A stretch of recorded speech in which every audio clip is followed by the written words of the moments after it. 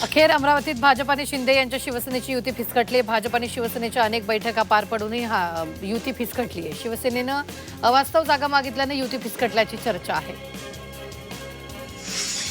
अहिल्यानगर महायुती होणार की नाही याबाबत संभ्रमावस्था कायम आहे। महायुतीतील सर्वच प्रमुख नेते यावर भाष्य करणं टाळत आहेत। मात्र उद्यापर्यंत युतीबाबत निर्णय घोषित होईल अशी प्रतिक्रिया या राधाकृष्ण विखे पाटलांनी दिली।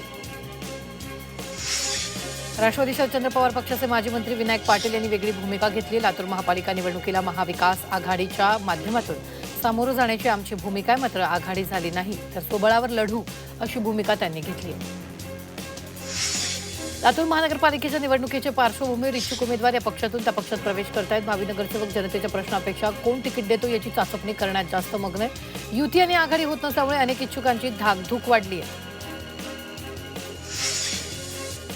धुळे महानगरपालिकेसाठी एमआयएमनं तयारीला सुरुवात केली। 110 जणांनी इच्छुकांच्या मुलाखती घेतल्याची माहिती आहे। तर भाजपचा पराजय करणं आणि भ्रष्टाचाराच्या विरोधात निवडणूक लढवण्याचं पक्षानं जाहीर केलं।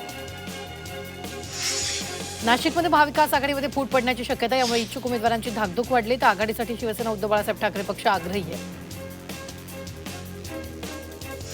परभणीत भाजप आणि शिवसेनेची प्राथमिक बैठक पार पडली। 2 ते 3 जागांवर वाद असून युतीची घोषणा 2 दिवसात होण्याची शक्यता आहे।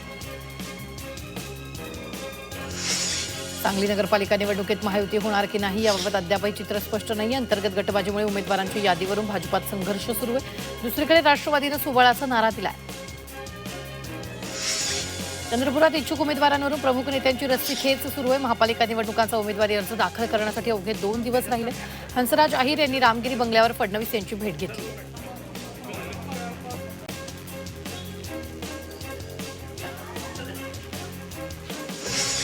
उपमुख्यमंत्री एकनाथ शिंदेंनी मनसेला धक्का दिला। महाराष्ट्र नवनिर्माण केबल सेनेचे अध्यक्ष परेश तेलंग यांनी शिवसेनेत प्रवेश केला। उपमुख्यमंत्री एकनाथ शिंदेंच्या उपस्थितीत पक्षप्रवेश सोहळा पार पडला। परेश तेलंग प्रभाग क्रमांक 217 मधून इच्छुक उमेदवार आहेत।